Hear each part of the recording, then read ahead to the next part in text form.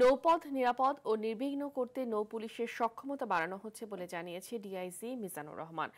রাজধানীর পুলিশ প্লাজায় নৌ পুলিশের সদর দপ্তরের সংবাদ সম্মেলনে এ তথ্য জানানো হয়। বলেন, শীতলক্ষ্যা নদীর মোহনায় জাহাজ ডাকাতির ঘটনায় জড়িত আন্তজেলা সংঘবদ্ধ ডাকাত চক্রে ৮ সদস্যকে গ্রেফতার করা হয়েছে। এরা সবাই আন্তজেলা ডাকাত দলের সদস্য। অভিযানে প্রায় ৩৫০ মেট্রিক টন ফার্নেস অয়েল সম্পূর্ণ উদ্ধার করা হয়।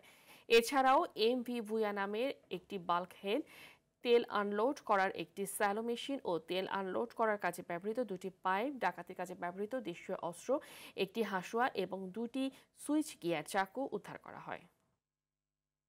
ডাকাতি অথবা নৌ অপরাধ কিন্তু আমরা এগুলাকে প্রতিরোধ করার জন্য সর্বোচ্চ চেষ্টা করছি। সরকারও সর্বোচ্চ প্রায়োরিটি দিয়ে নৌপথকে নির্বিঘ্ন করার জন্য সর্বোচ্চ চেষ্টা করছি।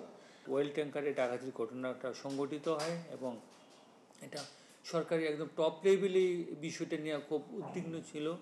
ফলে আমরা এটা প্রায়োরিটি দিয়েছি এবং সর্বোচ্চ চেষ্টার মাধ্যমে এই উদ্ধার সম্ভব হয়েছে।